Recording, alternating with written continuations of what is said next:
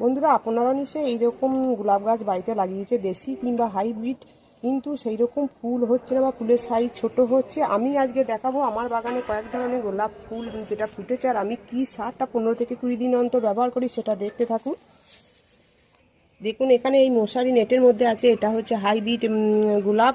কালারটা দেখুন মেরুন কালারের। যেহেতু অনুমানের জন্য আমাকে এটা দিয়ে রাখতে হয়েছে। ভেতরে দেখুন আর একটা ফুটে আছে।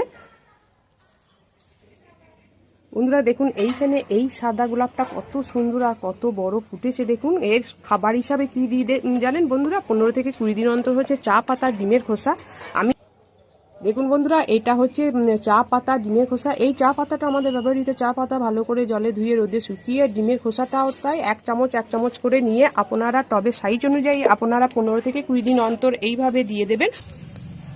15 থেকে 20 দিন অন্তর মাটিটা খুঁড়ে নিয়ে, হালকাভাবে খুঁড়ে নিয়ে এইভাবে দিয়ে